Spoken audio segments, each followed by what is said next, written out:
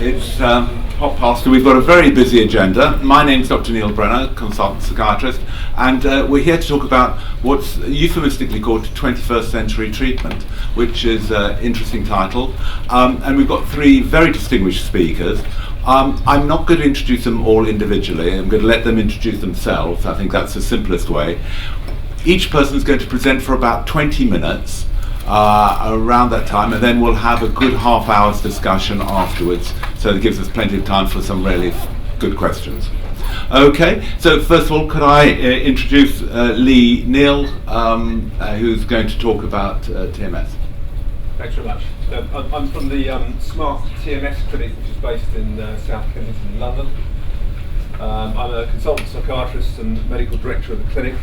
I'm here to talk to you about the treatment of cocaine dependence with repetitive transcranial magnetic stimulation, or RTMS for short. So I'll use the acronym RTMS. Just start off with a little bit of a run through of the neurobiology of cocaine addiction as it applies to RTMS treatment. First of all, we'll have a look at the prefrontal cortex of the brain, which you'll know is involved with the higher functions in the brain. Deals with behavioural control, with impulse control, and has particular relevance to the treatment of addictions, or development of addictions. Two of the particular aspects of that which we'll be interested in when looking at RTMS are craving, which is a powerful desire for cocaine to experience the stimulant effects, which is opposed by inhibitory control, which is the ability to control the use of cocaine because of its longer-term negative consequences. So there's obviously a lot more goes on in the frontal cortex, but just looking at these two behavioural characteristics, we know that they're kind of located in that particular region of the brain. Obviously these things are much more complicated. I'm condensing things down just to make it more relevant to the talk. Human studies have suggested that deficits in prefrontal cortical function and consequent loss of inhibitory control could be crucial in promoting compulsive drug use. So reduced activity in that part of the brain may be associated with cocaine dependency and the problems of treating cocaine dependency once it's developed. Just focusing a bit more down into certain subparts of the prefrontal cortex, there's a particular lobe in the brain called the dorsolateral prefrontal cortex, which is about this part of the brain here, left side there, right side there. And there's been some interesting work in rats looking particularly at that particular area in cocaine addicted rats and how that might relate to treatment. So experimental compulsive cocaine seeking rats showed a marked reduction in prelimbic cortical excitability. The rat brain's a bit different from the human brain, and the prelimbic cortex is the same as it has the same function as the dorsolateral prefrontal cortex in humans. So they showed that there was a reduction in excitability in that area. So if you transfer that to the human model, there will be a reduction in the excitability in the dorsolateral prefrontal cortex in humans. And they went further to find out that if you stimulate the prelimbic cortex of rats, you get a decrease in compulsive drug-seeking behaviours. So stimulation of that kind of area in the rat model reduces drug-seeking behaviours.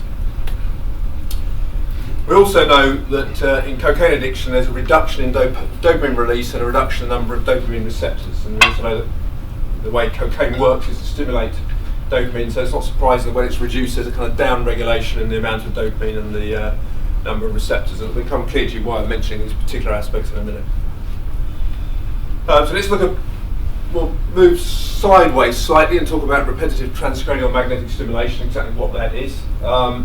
It's important to know that it was approved by NICE in 2015, December 2015, for the treatment of depression in the UK. And it's shown to be effective and particularly very safe. So very few serious side effects in the vast majority of patients. It's not approved by NICE in this country for any other treatment, so for any other conditions it will be off-label. At our clinic we've been operating for about 18 months now, and we've treated quite a large number of patients with depression, so we've got a lot of experience of treating that condition and some other conditions as well. This is the head of the RTMS machine. It's basically an electromagnet, and it pulses a magnetic pulse certain frequencies between 1 Hertz and 20 Hertz, depending on how you set it up. This is the whole machine, so you're basically converting a large electrical charge into a magnetic charge, which then pulses into the brain at a certain frequency, and that has an effect on the brain underneath the magnet. So if you look about 2 to 3 centimetres under the magnet, and in a circle about that wide, it's affecting the brain tissue and the cortex beneath that. And we know that if you're pulsing this magnet at certain frequencies, it sets up electrical circuits within that small part of the brain. So it's very, very focused. And it causes stimulation, electrical stimulation in that part of the brain. And in depression, for example, we do between 10 and 30 treatments over a course of 2 to 6 weeks. And that develops a gradual change in the brain, which can be looked at in terms of, or by fMRI scans. We can work out what changes it's actually leading to. One of the changes is neuroplasticity. So neuroplasticity is an increase in cortical activity caused by sprouting of new dendritic connections, formation of new synapses, and changes in synaptic strength. So if you look at the amount of activity that's going on in the cortex, underneath that part of the brain that you're treating, there is a change in the level of cortical excitability. And if you follow these patients through, that's propagated through into the deeper parts of the brain over the following weeks. We also know from other studies that RTMS treatment increases dopamine release in the brain. So you can see that this is sort of converging towards a hypothesis that if you directly stimulate the dorsolateral prefrontal cortex in humans, that's this bit here, with cocaine addiction, with RTMS, it could possibly result in a decrease in compulsive cocaine seeking behaviour by increasing excitability in the cortex. And we know that there was a reduction in excitability in the rat brains who are cocaine dependent, and increasing release of dopamine in that particular area as well. We know that there's a reduction in, or deficits in dopamine in humans who are cocaine addicted. So there have been a number of studies already published on this. There are 3 studies, interestingly all from Italy, I think. No studies in this country. First of all, I'll just explain that all these studies are to do with, the ones I'm going to mention to begin with, are to do with the placement of the coil over the left dorsolateral prefrontal cortex. And we locate that precisely using the what's called the 1020 EEG method, which is a method used for placing EEG electrodes on the brain. So we can get the centre of this coil exactly over the right place, right over the middle of the dorsolateral prefrontal cortex using that method. And so patients who have the treatment, they look like that when the treatment's occurring. So Plitti et al. 2008, this is the first study of RTMS in cocaine addiction.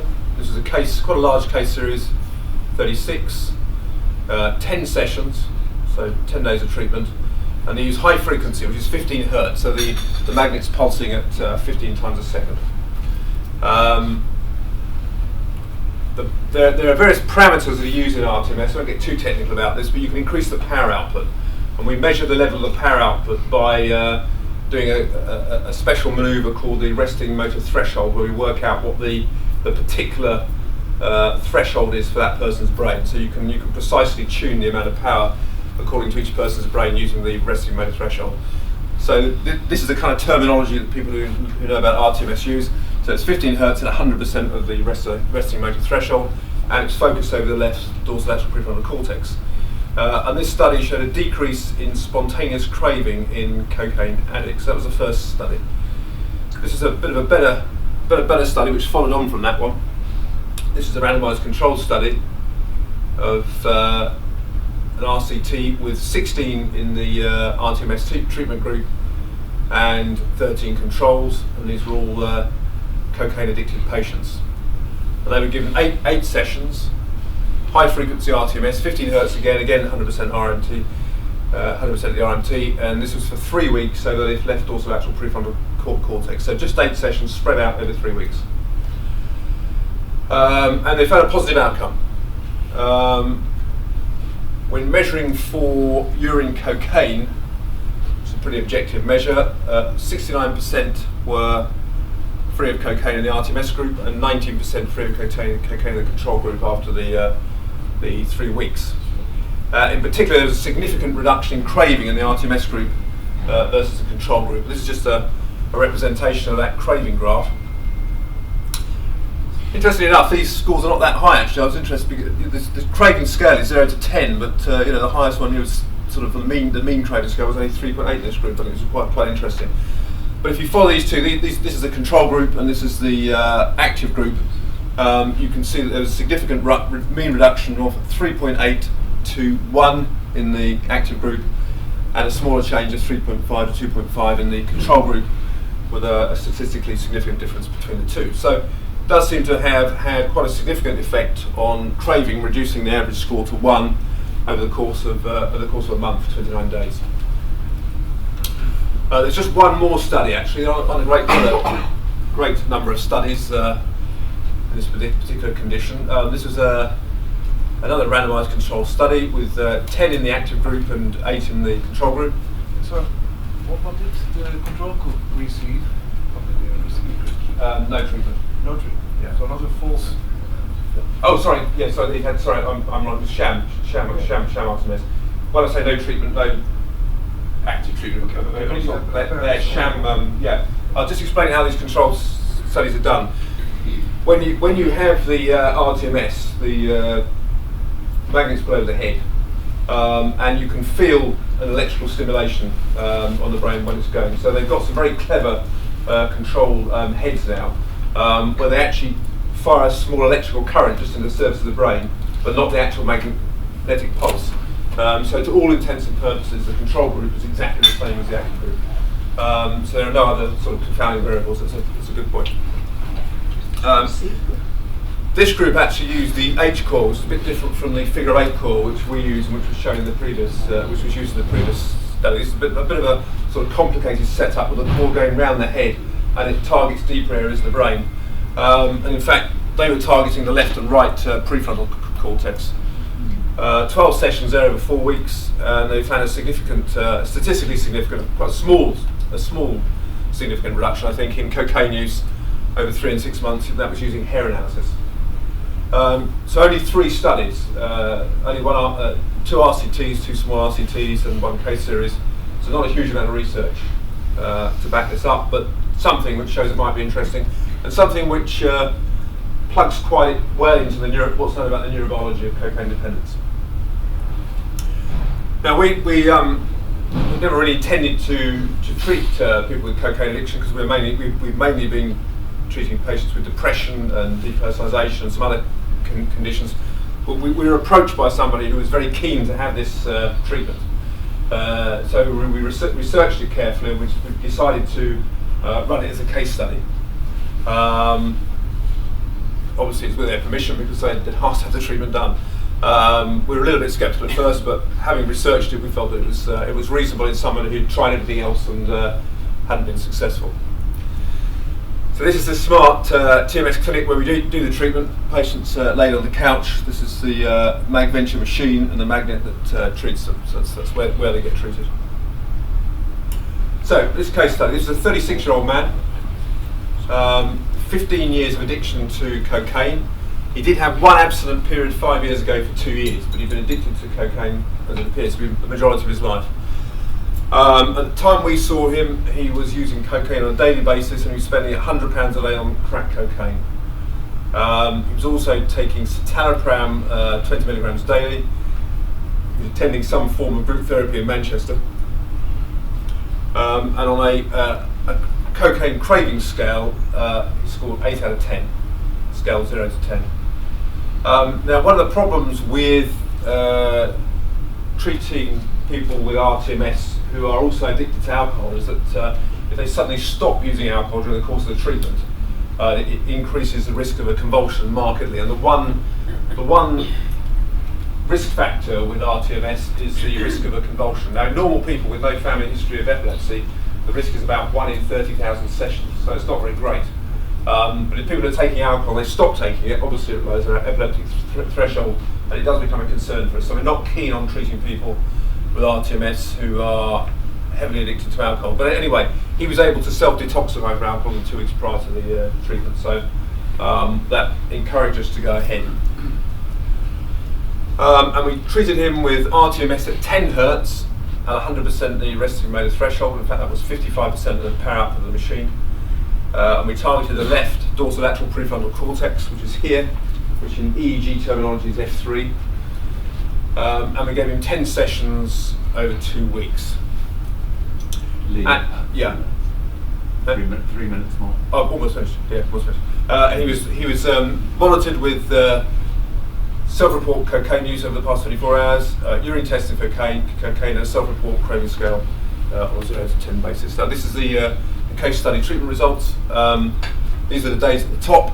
Where it's Y and green, that's where he had the RTMS. So he has it for the first 5 days, weekend off 5 days. On the cocaine self-report scale, he used it in the 24 hours before we started treatment. He self-reported afterwards that he didn't use it at all. Cocaine urine testing was positive in the first week. I believe him that he probably did stop after this, and these positive tests are probably due to residual cocaine from him taking it 3 days previously. But the cocaine testing was negative afterwards, and you can see that the craving scale remained high for the first week, so for the first 5 days. And he said he was very tempted to take cocaine on this Saturday. Following day was a dramatic reduction, so it drops down from 9 to 1 over the weekend, and then to 0 by the end of the week. So it's got a line going like that and straight down to there. So a very big reduction in craving during the course of the treatment, which conforms quite well with the research evidence on this treatment before. Just notice the PHQ-9 is a measure of depression. This did reduce during the course of the treatment, and you could say, well, it was actually the treatment of the depression that led to the reduction in craving. But in fact, when you're treating depression, you don't get dramatic reductions like this. You wouldn't expect this to be reduce very much by the end of 10 days. And I think the reduction in depression was actually due to the cessation of use of cocaine. So I don't think it actually had an effect. It wasn't the principal reason for the reduction in craving. This is the last slide now. So side effects, this patient had scalp discomfort at the beginning of the first session, which is quite common. We get it in probably about 10 to 15% of patients, so we can control it by reducing the dose, so we can manage that. It's not a serious condition, and they usually get used to it after a period of time. He had no other side effects whatsoever. We followed him 6 months up later by telephone, where he was reported to be cocaine-free and continuing to attend group therapy. So just to finalise, just to put this in context, this is not some panacea for cocaine addiction. I think it has some use in that particular symptom of cocaine craving. I worked at the Bristol Priory. I ran the addiction unit there for a number of years. One of the big problems we had, that they would do their 28-day 12 steps treatment, and at the end a large number of the cocaine dependent patients would still have craving, and they go out of hospital, they relapse straight away. So the one thing that always concerns me is craving, and I think we've got some means of treating that, then this is something worth exploring for the future. But it has to be seen in the context of overall treatment, and it certainly needs to be, it should preferably be provided within a package of care, including psychological management. That's Thank you very much.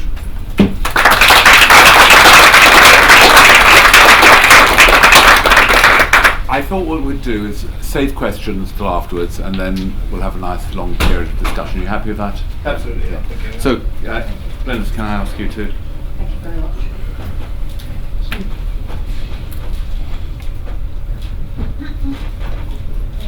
Hello everyone, I'm Glynis Reid. I'm the treatment coordinator at Castle Craig Hospital, and I'm going to talk about the treatment of addiction and trauma using EMDR. I'm an EMDR consultant as well. And we'll just look at the co-occurrence very briefly, the effect of trauma on patients, and then using EMDR as a treatment option. And there, I think we all know, there's a high occurrence of trauma and addiction. And studies in 2014 indicated that PTSD addiction, 46.6% of people are addicted to one or more substances. And we may find that that's higher in some of our treatment centres. Also, PTSD can trigger substance use dependence, and also substance use can lead to further trauma. People put themselves into high-risk situations when they're intoxicated, which can lead to further trauma experiences. And also withdrawal from substances can trigger PTSD symptoms. The person's no longer medicating or themselves or trying to change how they feel by substances, which can then lead to a triggering of PTSD symptoms. I'm just putting this sensory motor slide up of the window of tolerance. I think it's very relevant to the work with trauma and addiction. What we try to do is to keep people in the optimal arousal zone. Somebody with trauma will very frequently be in a hyper-arousal state where they might be very anxious, very angry, full of rage, might have palpitations, or they may be hyper-aroused and they may have no feelings at all, they're numb. If they're in either of those states, they're not going to be able to engage with a treatment program. So the job of myself and my colleagues is to increase that window of tolerance where they can tolerate emotion and they can actually interact with the cognitive program as well. This is a very simplistic view, the triune brain. Many of you may remember it. It's very useful for me, I think, in this context, because we're looking at the three layers of the brain. The reptilian brain, which is for survival, and then the limbic system, the emotions on top of that, with the amygdala, which will detect danger, and the hippocampus for the memory, and then the neocortex for the rational part being. This, I think, is helpful when we're looking at EMDR. Bruce Lanius has done a lot of brain scans. I'm not a neuroscientist. I don't claim to have a full understanding of this, but I think it's quite useful to have a look when people who have suffered trauma, if they imagine the trauma, they shut down.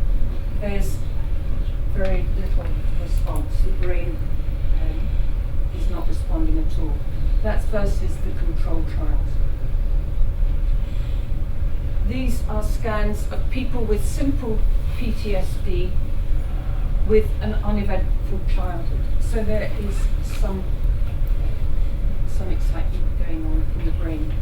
However, we can see that people with simple PTSD who have a history of attachment in childhood, they actually have very little brain activity.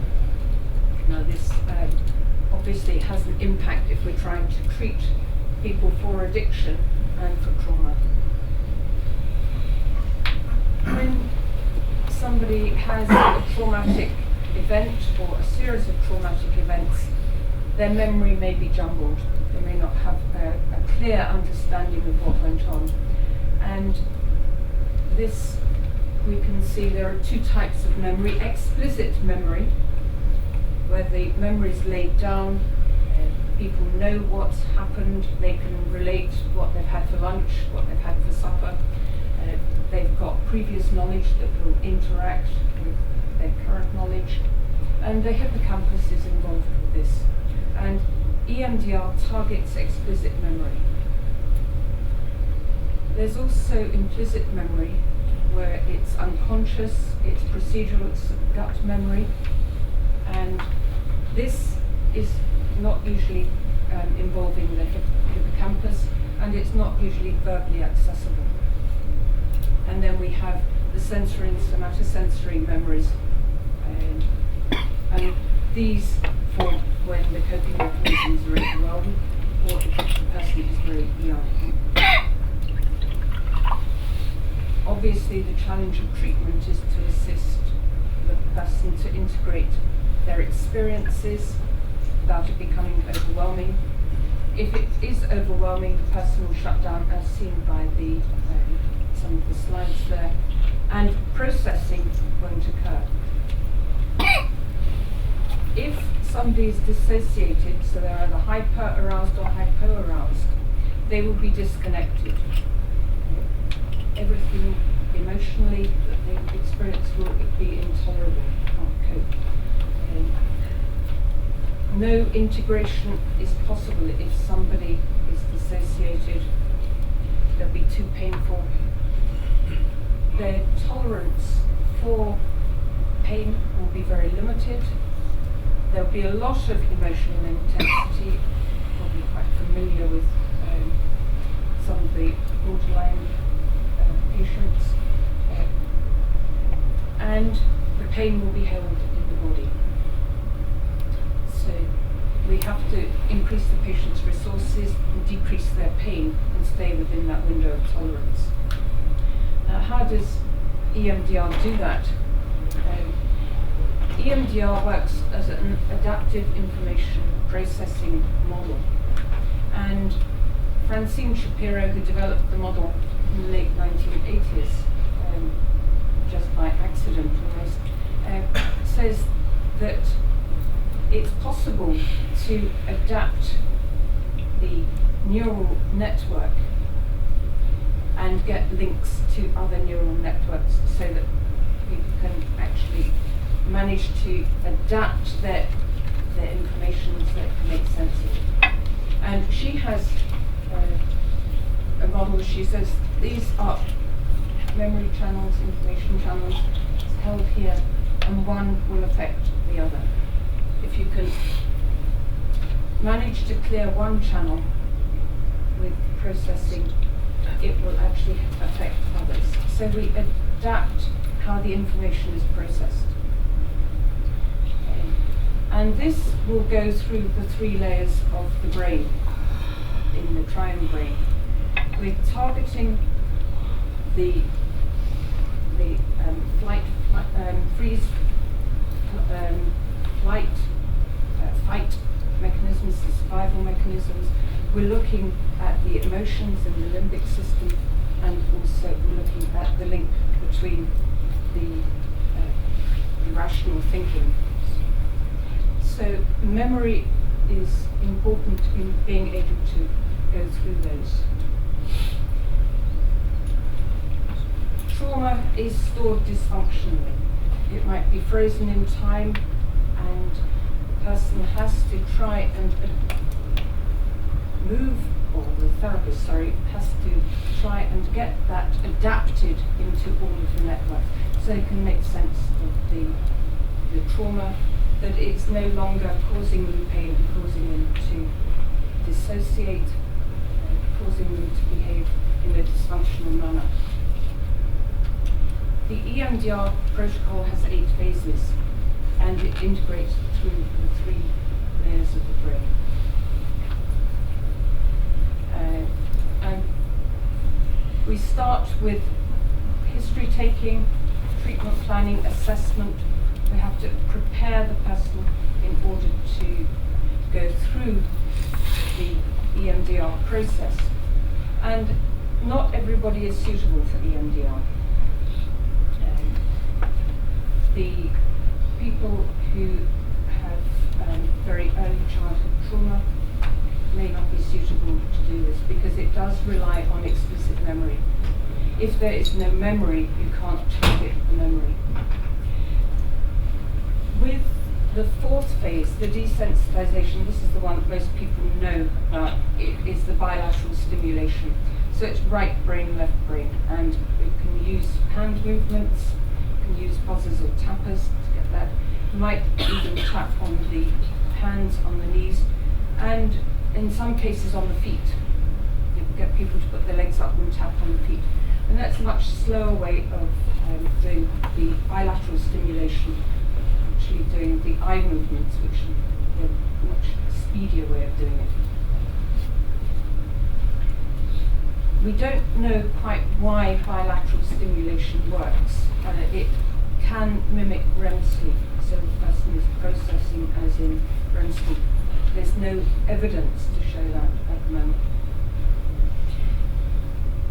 Once the desensitization has been completed, that is a target memory's been taken with the person.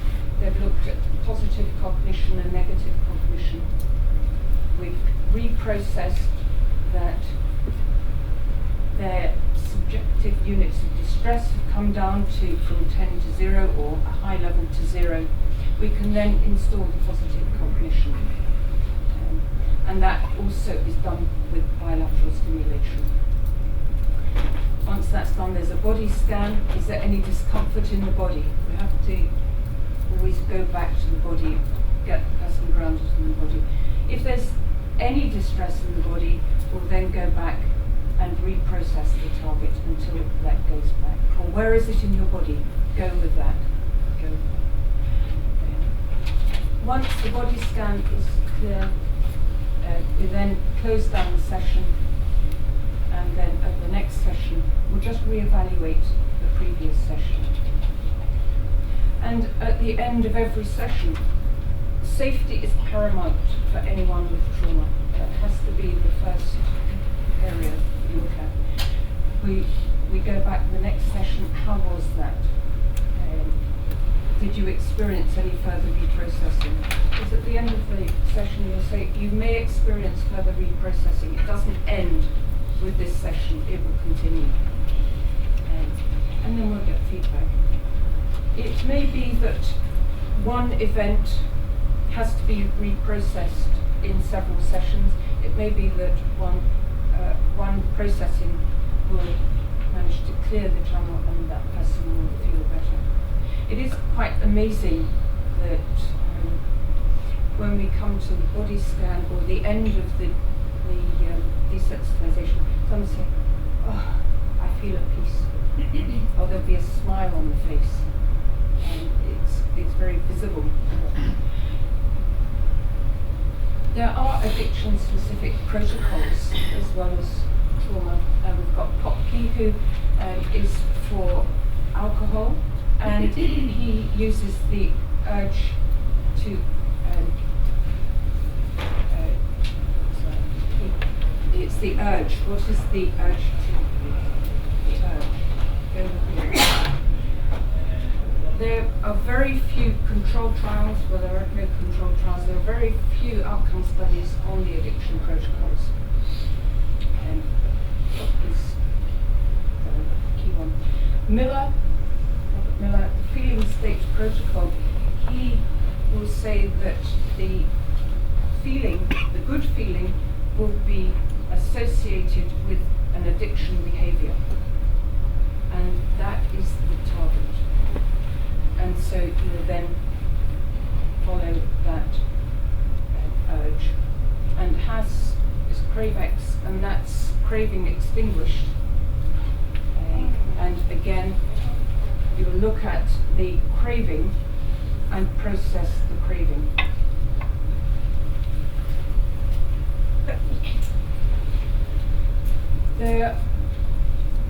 There's only one study this last year that I could find with Wiser Marriage, which was say they only looked at 9 people, and it's qualitative research, not great. And the outcome of that was that using addiction protocols and ordinary protocols, they're effective. They show the link between addiction and trauma, and it didn't identify whether addiction, if you process the addiction first or the trauma first, it didn't seem to matter. And the final outcome was that the therapist was key in all of this. I think we know that the relationship with the therapist is key. This is a piece of plasticine work from a patient who had complex trauma, sexual abuse from her brother, followed by a rape, emotional abuse from her mother,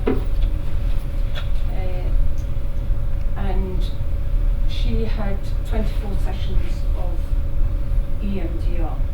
However, it wasn't EMDR in the straightforward protocol that I just described. It was also using some of the early years protocols of Sandra Paulson, Katie O'Shea, those healing the affected circuits, Katie O'Shea, well known for that.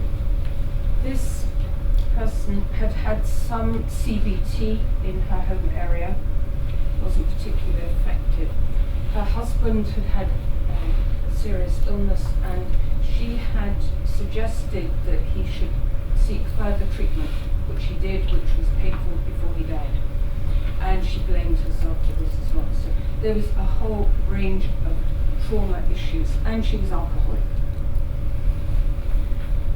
We managed to give her a place. She managed to have a safe place for herself, but she also had aspects of herself that she had a safe place for.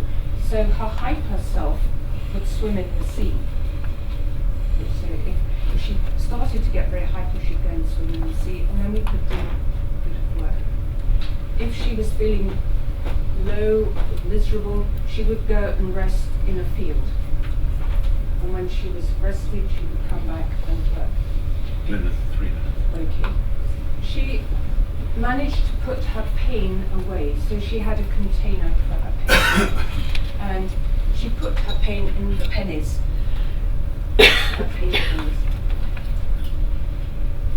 She realized that alcohol wasn't a help to her, and through her addiction treatment, she managed to get sober, and she's got the butterflies here showing that she was in recovery, and the abuser was hanging by a rope.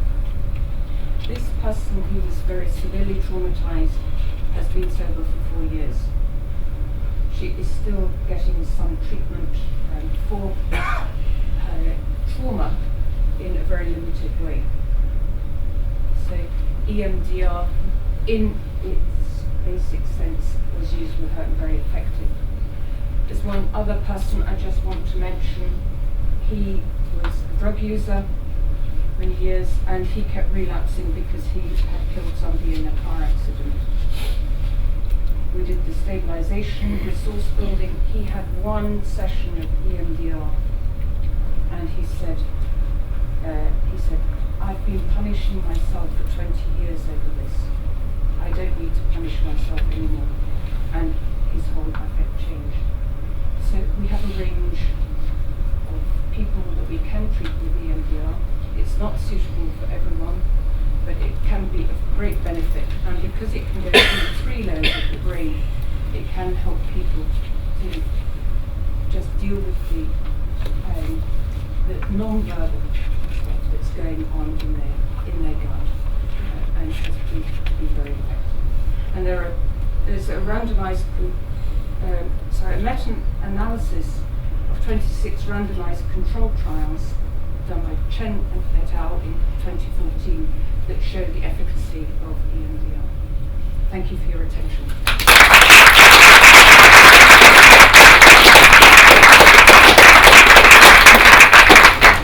Glynis, thank you very much. And now Adela Campbell. Hello.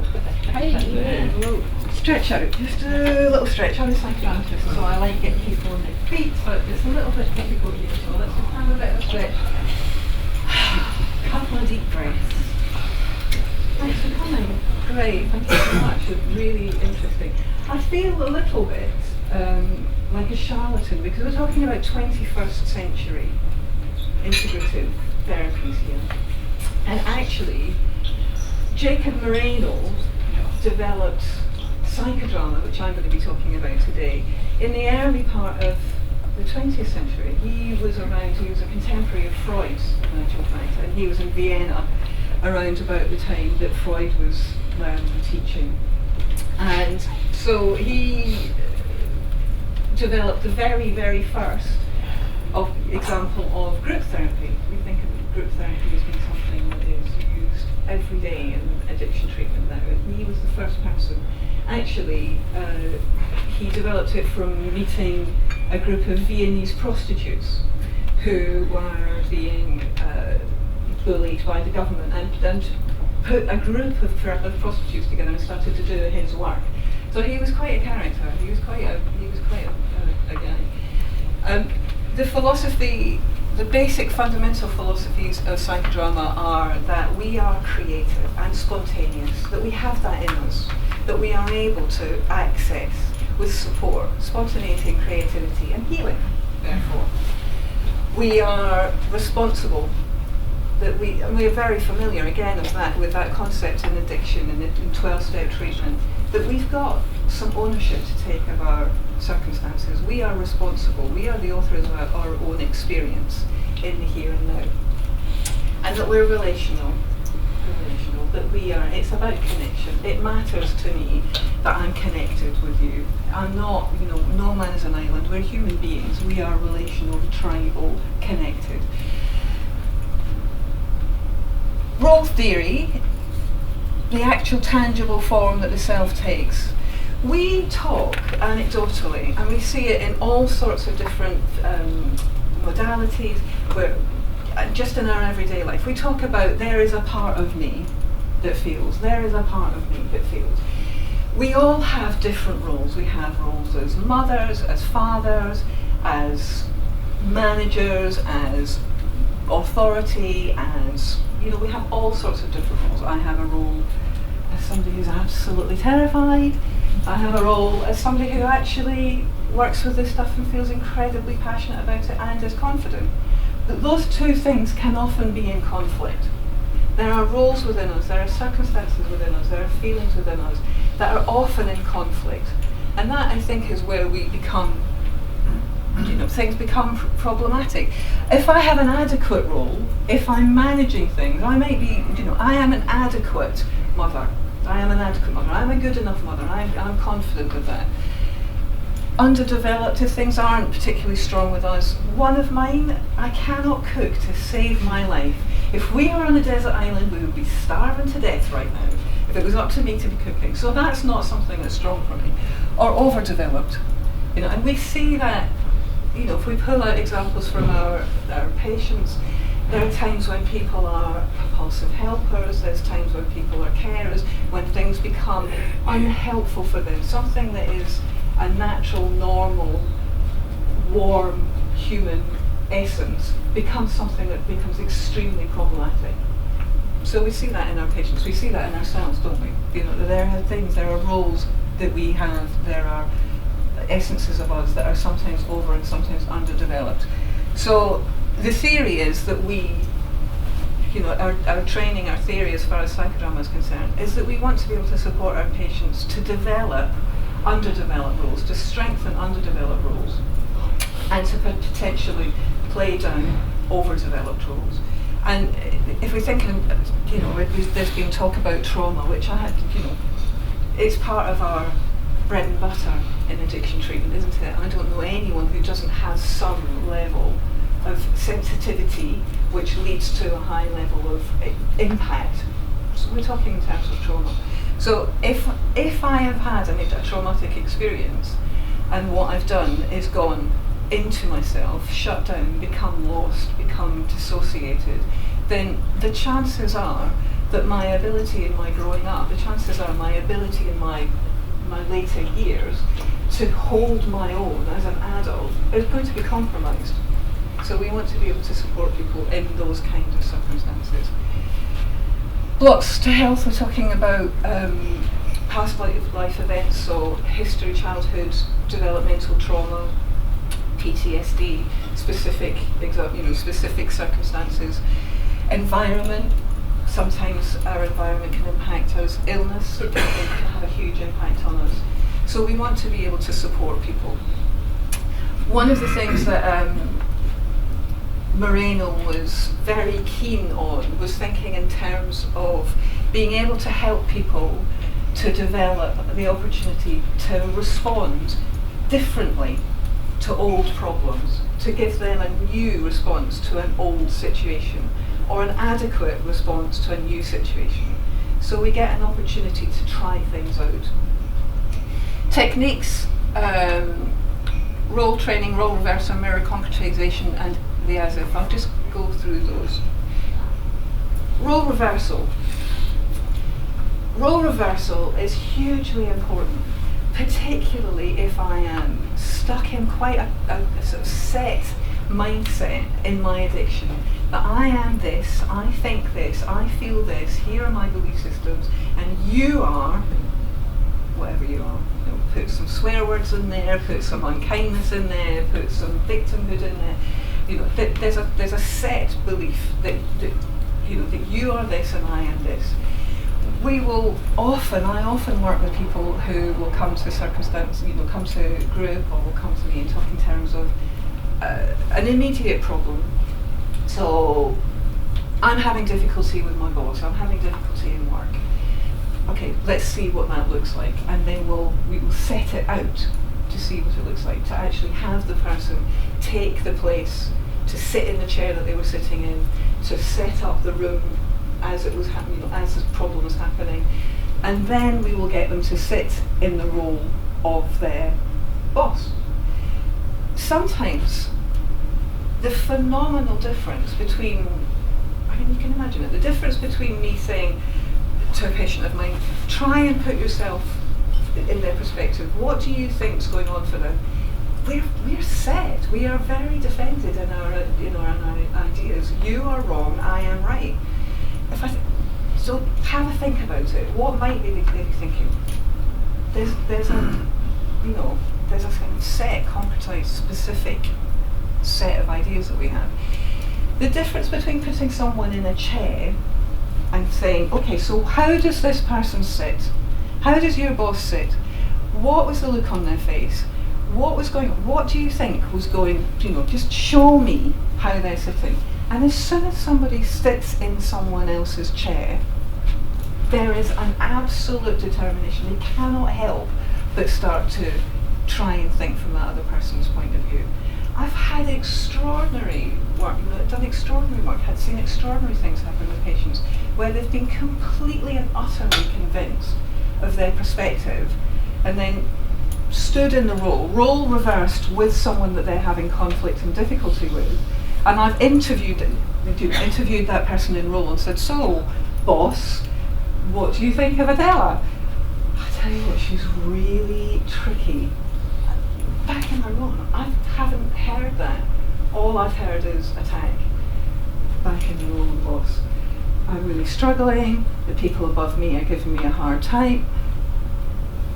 In the role as a patient, they might not have been able to access that stuff at all. It's fascinating, the way that people can actually embody the other, and it's hugely important. Psychodrama really emphasises the importance of role reversal.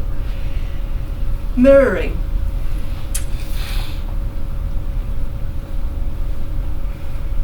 If I have trauma, if I'm in trauma, and again, Moreno says the body remembers what the mind forgets.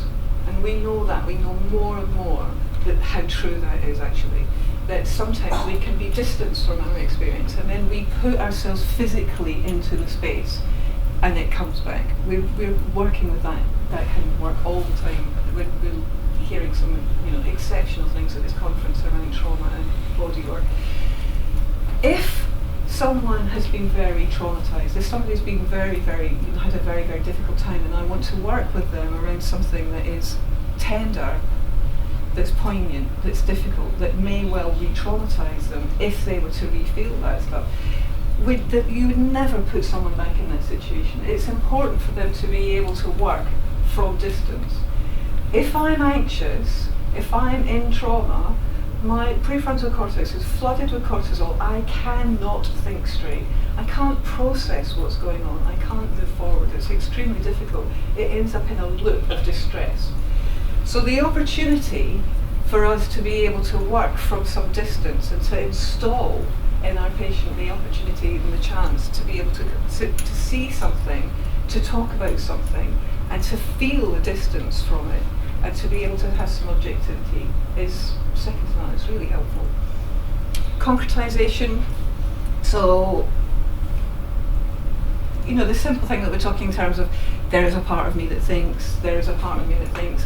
Putting those thoughts out and being able to actually debate with, well, so what part of you wants to buy the motorbike, what part of you is scared of buying? You know, to have those conversations can sometimes really support people into moving forward. As if. We talk in terms of, 12-step treatment, we talk in terms of acting as if, don't we? You know, we can't sort of necessarily think ourselves into right acting, but we can act ourselves into right thinking. We can be in a position, feel a position, and have it help us change our views. It's really important that we are genuinely in an experience in order for it to touch us. So again, being in the as if in psychodrama is one of the things that's really helpful. Role training is, I think, extremely important within the work that we do in the psychodramatic group, because it is the opportunity for us to change how we have dealt with things. So if I'm talking in terms of the difficulty I'm having with my boss, I want to be able to change my next experience of talking to that boss. It's not enough for me just to be able to talk to my therapist and say, I'm having a hard time. I might vent, I might let go, I might have some release. But in actual fact, most of the people that come to us want to be able to do things differently.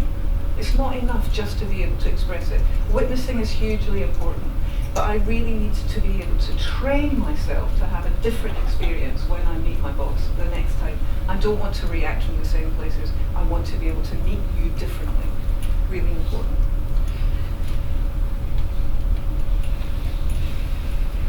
Moreno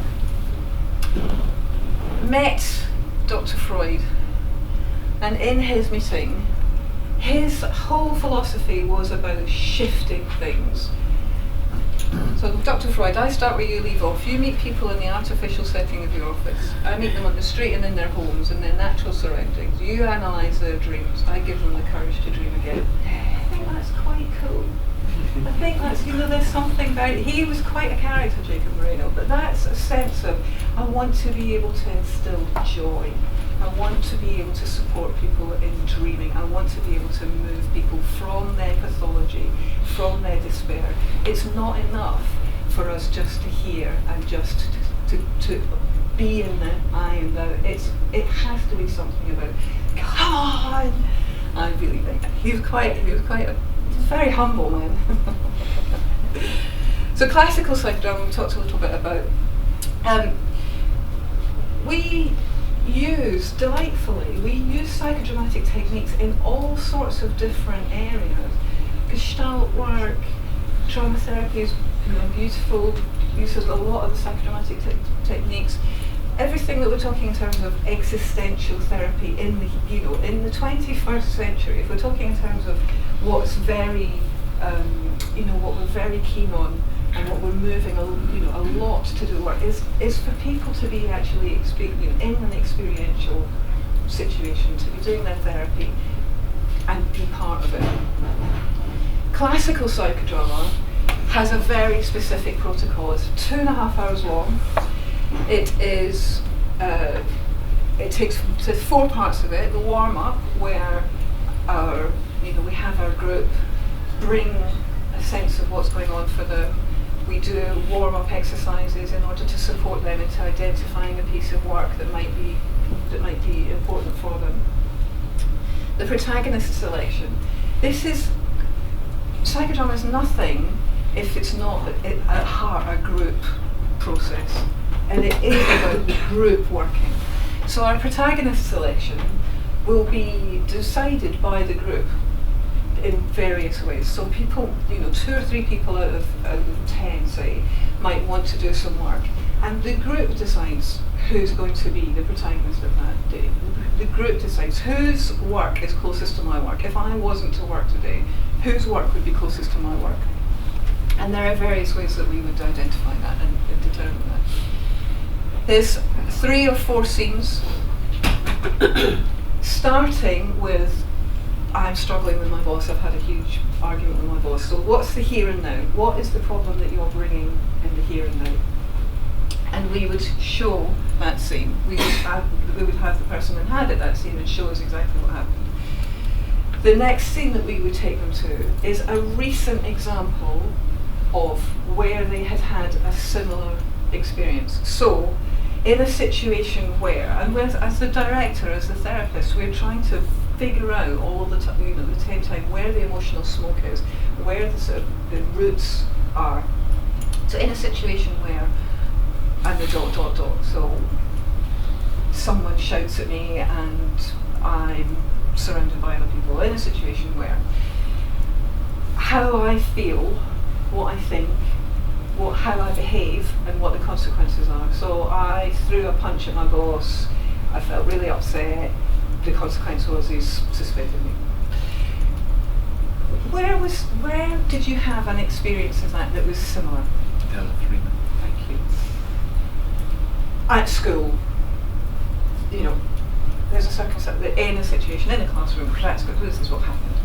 We would then, it would normally include a historical scene, which is we're trying to find the first time that that person has experienced that situation, that thing, the very first time. We're tracking it back to the locus of that belief system, the locus of that behaviour.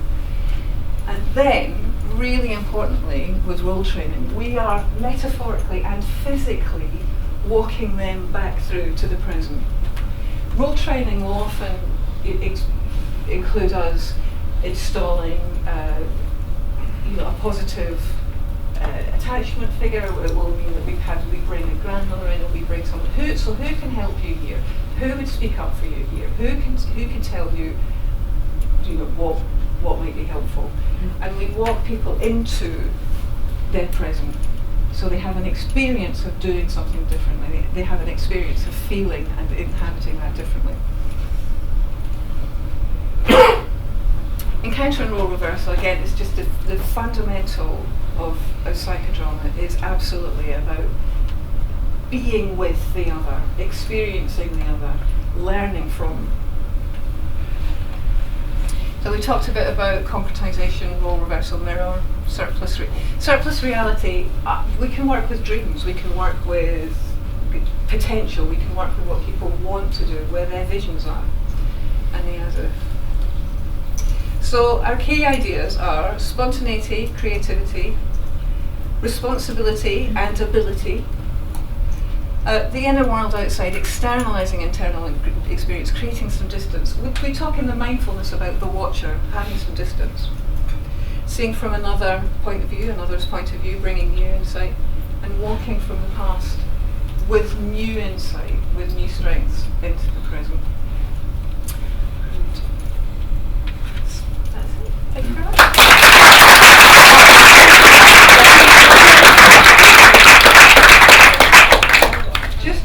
Just as I close, afterwards, I'd like you to do a tiny little example. So if anybody wants to stay afterwards for a minute, then please do. I've got a concrete example of the physical.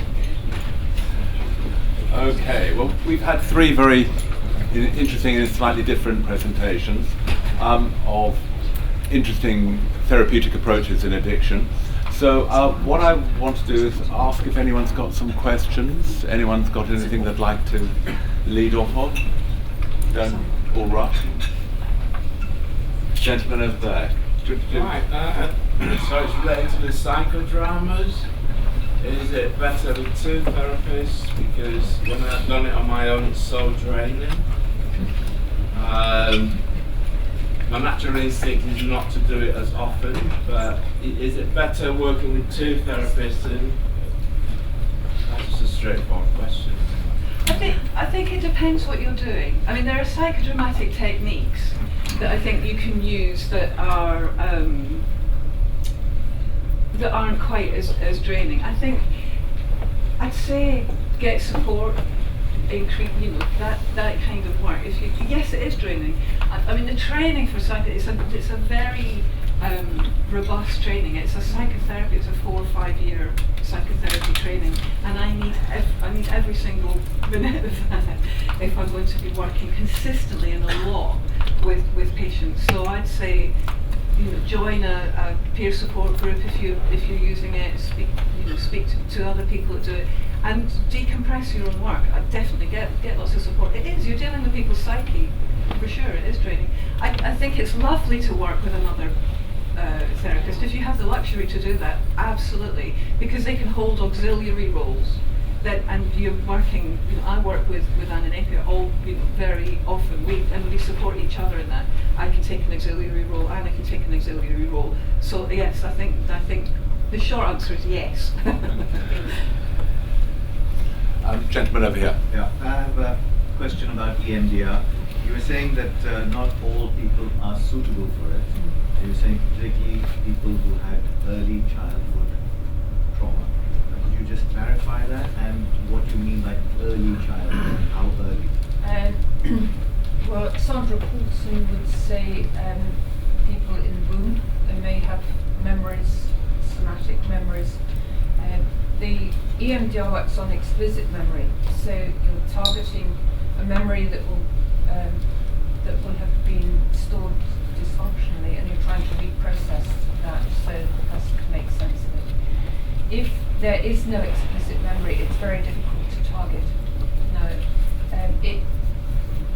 Katie O'Shea has done some work on clearing the affective circuits, so that will start to help people to clear panic,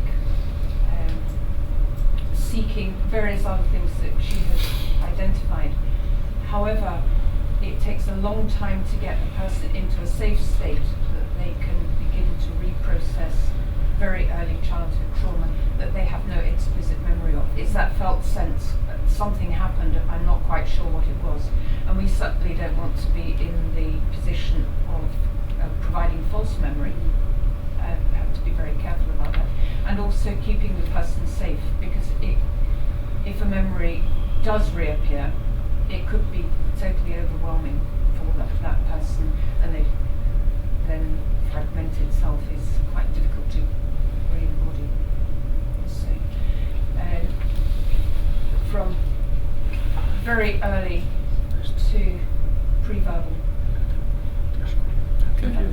There was a lady at the back. Yes, thank you. I would be interested to hear more about using psychodrama specifically with addicted persons. What would you like to know? Everything. All right.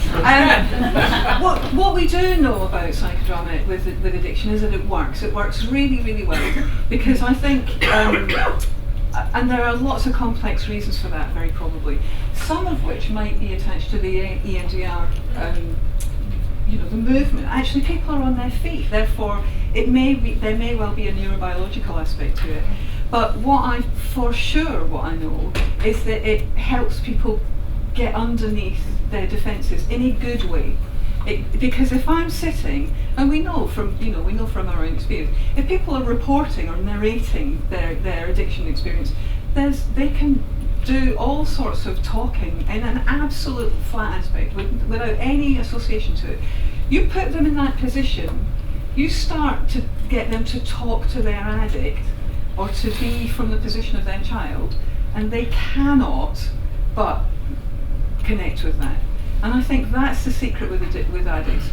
I am attempting with my addiction to keep every single feeling and every single connection with myself as dull as possible. And it's succeeding. It works. It's an anaesthetic. So I think it's one of the reasons why is because it gets underneath, and we know it works incredibly well with addicts actually. So just a follow-up question, so I understand this correctly. So do you actually enact the addiction behavior also? It will depend what someone brings. I mean, if I think of an example, so I might have them, if they're struggling with their cravings, and some of the stuff that was been talking about earlier on, I might have someone hold the role of their craving and have a conversation with their craving. I might have someone hold the role of their recovery, or the part of them that wants to be well, and have a conversation with that. I don't think there's a huge amount of value in acting out addiction, but I might do that in mirror if they can't connect with how horrific it is. So it will absolutely depend on what the patient brings. Thank you. I would just add to that having run treatment programs for a number of years, I wouldn't dream of having a treatment program without a psychodrama component to it. I think it is a really effective component in an addiction program, getting into what we would describe as limbic emotions. It's really powerful. Wow. Someone else? Question? Over there? Are there any, besides cocaine, other drugs to use your techniques, like crystal meth, for instance? No, it's only been, I think there are some studies published on the use of alcohol dependence and cocaine, but no sort of notable studies of any other drugs, no. What do the NICE guidelines say about who can deliver RTMS? It doesn't say, in fact. It's fairly non-specific for NICE guidelines. It's for depression. Basically just says that it's safe and it's effective. The patient should be advised that after depression before they're consented for it. Okay. So no medical training required, local background, but you don't. Well, I think I think probably a medical doctor should have sort of overall supervision of the whole thing, because there are sort of complexities.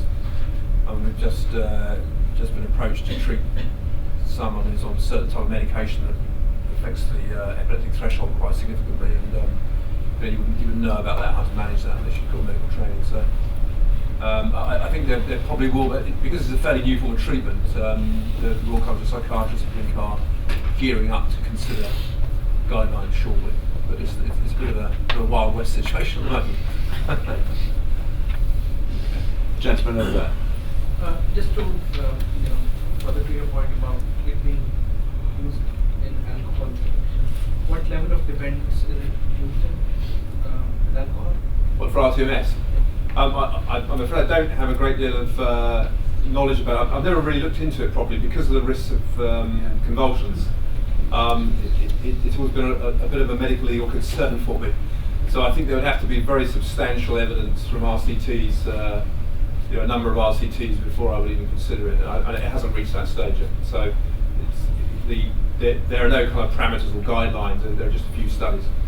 And the RTMS, is it like the same as deep brain stimulation? Is it for? The same as deep brain stimulation? Well, deep brain stimulation really refers to the use of the H coil. There are various different types of coil shapes using RTMS. The coil we use, and the one that was used in the majority of the studies, is a figure of 8 coil. So it's sort of like that, butterfly shaped. But there's another type of coil called the H coil, which goes in a sort of helmet round the head, and that targets deeper parts of the brain circuit. You have to recalibrate the coil for every different condition you treat. It's not quite so flexible as with the single head. And then there's a whole sort of separate body of evidence for that. Sorry. Is RTMS available on the NHS?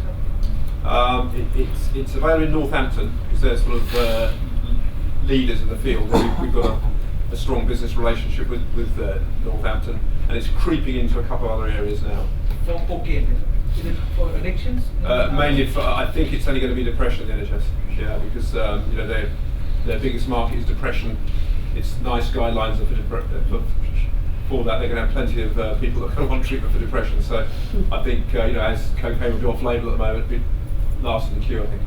Is it the same target area, the dorsolateral brain? Yeah, it is actually, interesting enough. Yeah. Even for depression? Yeah, it is. Yeah, I mean, there are other conditions where you do different places in the brain, and I could talk for a long time about that. But for depression, it's the left dorsolateral prefrontal cortex, and same for cocaine. Yeah. Thank you. Any other questions? Well, go on, Paula. Go on, Paula. I'm curious about the cost. Yeah, well, that of course varies between various centres. So we charge £200 a session at the moment for depression, and £250 a session for anything else. And so minimum number of treatments, so it's 10 on the... For this will be 10, yeah. Yeah. So 250 times 10. Yeah. Thank you. Can I just, Go on. can I just ask, when you're doing those 10, do you do it every day? Yeah, every day except the weekend. So we had So you do sort of five?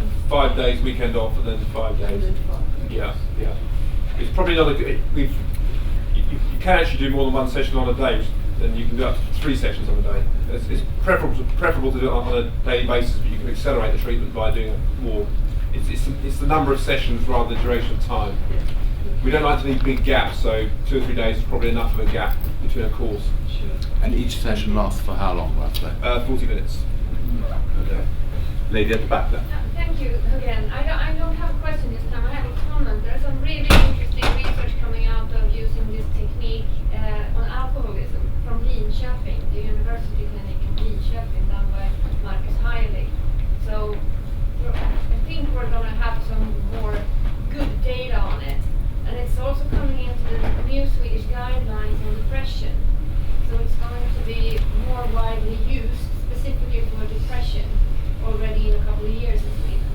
Right. Okay. Yeah. I think there is stuff about alcohol, but I've stayed clear of it because I just think it's a real problematic area until there's enough really good solid research behind it. And there are sort of safety guidelines. I think it's there is something in the background, but I haven't really looked into it very thoroughly. It would of course be quite interesting if you were to use it once the patient has been detoxified from alcohol, their seizure threshold would have then changed. I suspect as an inpatient, so we've got more control over the situation, it's probably a lot safer. Yeah, it's the in an outpatient setting there's that degree of uncertainty which makes it very difficult. There's a lady over here. Yeah, hi, and thanks. You said you could do it up to 3 times a day. You can Or do. did I miss- You can do RTMS up to 3 times a day. In the States, or in Canada, I think, where they're sort of research leaders in RTMS, they've treated some acutely suicidal patients with up to 10 sessions a day, and they've in 2 days they go somewhere, I think something like 16 sessions with a dramatic reduction in their suicidality. So, And would you say that's okay? in general, I mean. We think up to 3 a day is the maximum, and you Okay. separate each session by 1 hour. You've got time to recover, and the main side effect is fatigue. I mean, wouldn't you then have to have gaps between, like, because you said it would not be in the weekends? Really well. You said 5 days in a row and then the weekend off and then 5 days? Yes, yeah. I mean, it's preferable to do this on a daily basis. See. Yeah. But what I'm thinking of is it okay to take it maybe just all of it in 3 days? Have you tried that, or is it just somebody else has tried? I mean, have you any? We wouldn't try that research? because the guidance we've had from the company and various other people that we work with, we get guidance from, is probably better to stick to a maximum of 3 per day. But there is this research from Canada where they've done up to sort of 10 sessions a day. So It's a lot. It's a lot. I mean, you have to be a bit careful. So we stick with the guidance that we're given, and that I think maximum is 3. But our preference is 1 per day anyway. Yeah. Okay. Thank you. Gentleman over here. Yeah. Thank you. Thank you all very much. Leigh, may I ask you, you said the main side effect is fatigue. Are there other side effects, for example, diminished libido, lack of motivation? What other side effects are there? Yeah, I can run through them. The main worrying side effect for any clinic is convulsions. So the 1 in 30,000 chance, so 1 in 30,000 sessions, which is very low in the scheme of things. And we reduce that risk by screening out people with a family history of convulsions. Other side effects are all very local, very sort of not severe and fairly transient. So the main side effect is some discomfort over the scalp where the treatment's given.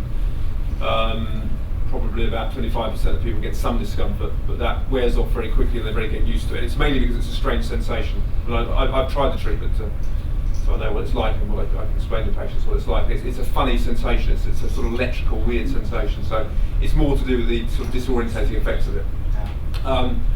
There's a whole range, as you might expect, of very small percentage side effects like fatigue and dizziness and things like that, which we haven't had any problems with in our patients. I mean, 95% of the patients we have don't have any problems at all. So it doesn't affect motivation because it helps the motivation because it cures depression. So people get very much. If you're treating people with depression, what you do see, which is different from antidepressants, you see they start to develop a kind of positivity and a degree of motivation, socialisation, communication, which you don't actually see with antidepressants. It happens quite quick, quite fast. It's been quite gratifying to me as a psychiatrist who's treated people with antidepressants for donkey's years to see this sort of non-drug therapy which seems to improve people in a slightly different way, in a very positive way. So those side effects which you attribute to depression actually improve with the treatment. Thank you. There was a lady up here. Hi, this is an EMDR question. Is there a talking therapy element to it at all to kind of process the memories once everything's kind of shifted? There's very little talking with the actual processing. In the resource building stage, which is extensive, you have to make sure that there is sufficient resourcing from the person. Then there is quite a bit of talking. However, when you start the processing, you ask the person to have the image and the negative cognition with that image and go with that, and they'll say something, go with that. So it's minimal. There's a gentleman in here. Do you think there may be cases that you'll have to go back to it after 2 years or after 4 years to do that treatment again? This is a relapse prevention sort of question. With depression, with depression, I'm talking about. yeah, with depression, yeah. With cocaine, we don't know because it's very few studies. But with depression, there's some more evidence. We find that patients relapse. They either don't relapse at all, they remain well. Some relapse quite quickly after a month or two. Some can relapse after say 12 months. There's a whole range. So we use a system of wait and see. So we tell them that if they start to get a relapse, they start to get into a mild depression, they come back to us, and we have a specific relapse prevention strategy where we use a different type of treatment for depression called theta burst, which is only in fact a 10-minute session. And we do 3 of those in an afternoon. And remarkably, the people that we've treated, it seems to knock them back into a normal mode again, and they remain well. So the people that we've had, we've been doing this for about 14 months now. The people that we've had who come through from that period of time remain well. Either they remain well because they haven't required top-ups, or they've required top-ups, and that's kept them well. And are all your patients in those situations on antidepressants as well? Some are and some aren't. Yeah, it's very variable. Some actually you want the treatment to stop antidepressants. Some are, if they haven't got side effects, they're happy with them, they're happy to carry on. We generally say that if they're happy with the antidepressants already on, to remain on them, and then to only consider a very gradual reduction 6 months after the treatment, just to try and reduce relapse. Yes. Thank you. That's an EMDR question actually. I know you said it's really, really important that the client has to visualise and remember somehow their trauma. Would it then not work with cases of carried trauma and stuff like around issues around like carried shame, where it's maybe intergenerational, it's been passed on? I worked with somebody who had intergenerational shame, and it actually didn't work terribly well, that particular person. You can target specific areas, so it could be a shame memory, and you would just go with that, and they would probably be able to come up with an image of the shame or whatever and go with that, and the cognition. They might have a sense of where it is in their body as well, so you would know that, and just go with it. Exactly what I wanted, so I was wondering if it was possible to do that.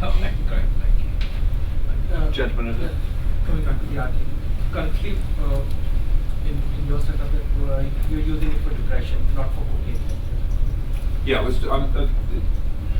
that's our main condition that we treat. Yeah. So If patients approached us and wanted the treatment, we would provide it. Yeah.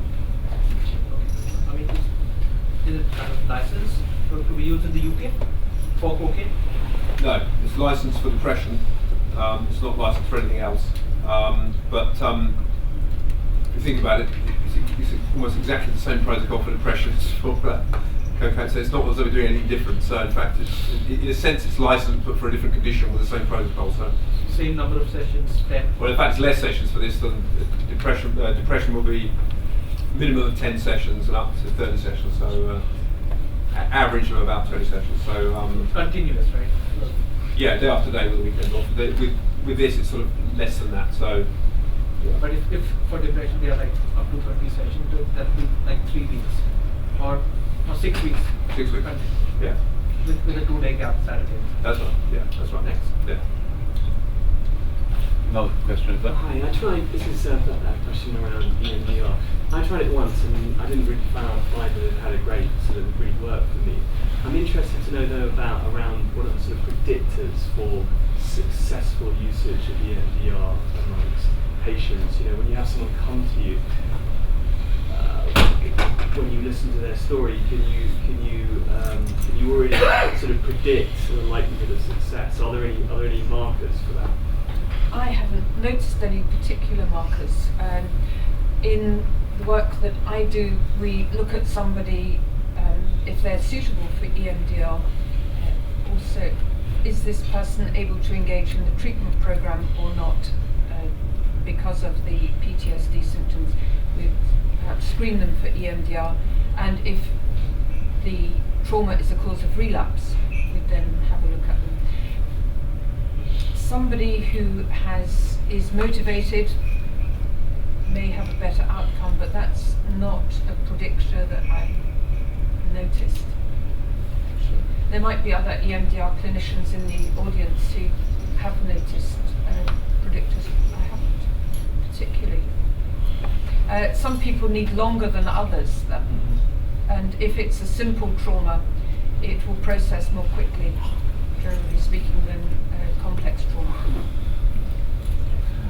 I think one of the interesting questions about EMDR in addiction is exactly at what point you move to EMDR in the addiction treatment program. That's a very good question, and I would say unless those two things, I wouldn't treat trauma unless it was interfering with their treatment or whether it was a cause of relapse, and certainly not when somebody's detoxing. You have to make sure that they're stable in their alcohol and drug recovery. They've got the support system of the community, whether it be the external wider community for somebody who's an outpatient or the inpatient community, before I do that. Because the reprocessing goes on, and one doesn't want them to disintegrate afterwards, so they have to be held and make sure they're safe. Again, in my practice, I very much believe that if you're going to do trauma work with addiction patients, they need a degree of stability from their addiction. Absolutely. Before you can go into processing trauma, or you just get to a series of recurrent relapses. So I quite like patients to have a good period of recovery first before trauma work, whether it's EMDR or other forms of trauma work.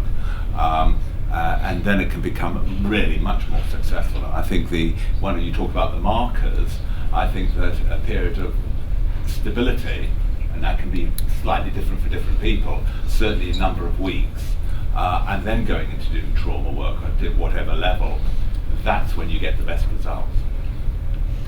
We have had good results when somebody may have had 2 weeks within treatment, then we start the resource building. They might be in treatment for say 16 weeks. Once the resource building's been done, we've looked at the assessment, what are the targets that they want to do, so they're taking control of what they're doing, then it's successful.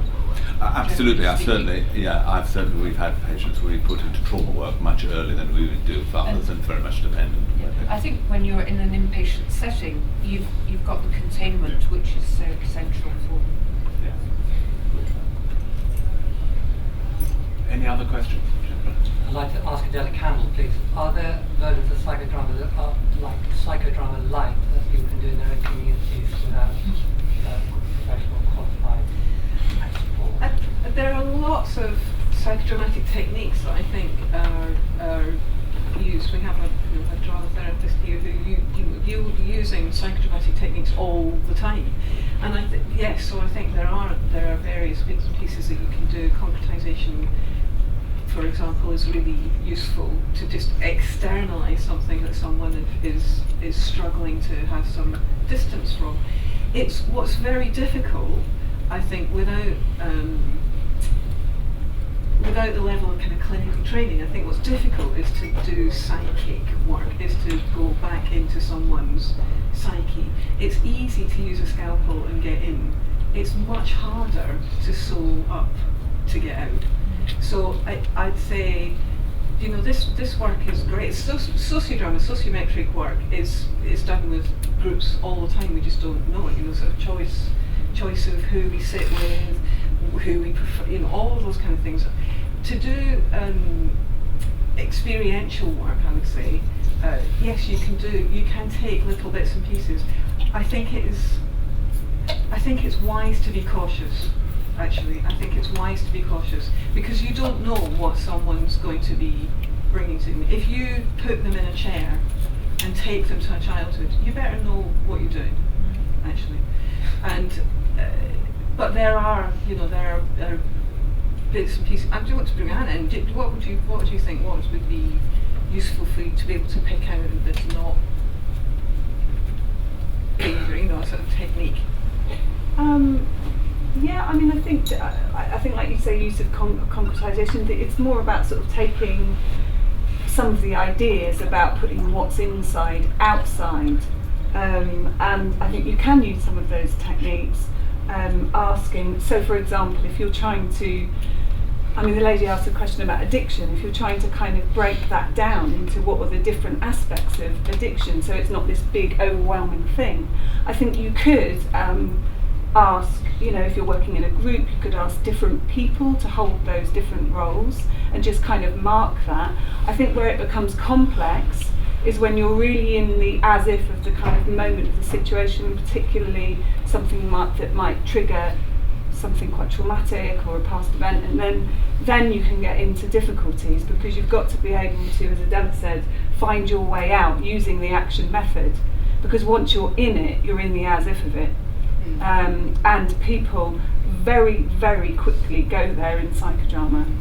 It's one of the, I mean, I work a lot with borderline personality disorder, and it's fantastic because working with psychodrama and other group methods, psychodrama is almost impossible for people not to join in.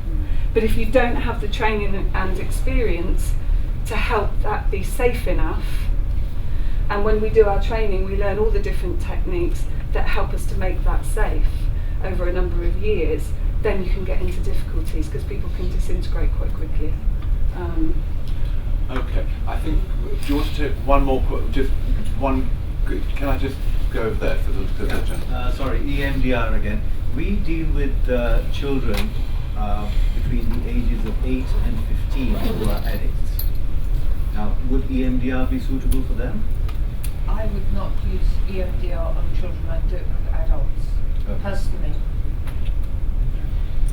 Did you want to one? Yeah, just to kind of, if I may, as a drama therapist, which is, as Adela said, there's a lot of links to that, as with all the arts therapies, but in terms of the training, very much about knowing how to ladder the work, so you're not just going straight in there, because dealing with addiction it can be very, very traumatic, and I think one of the reasons why it does work so well, because it allows that distance, it allows dramatic distance, and it allows a safe way to step in and a very safe way to step out and be grounded before you go back into their outside worlds. So, yeah, training I think is kind of vital.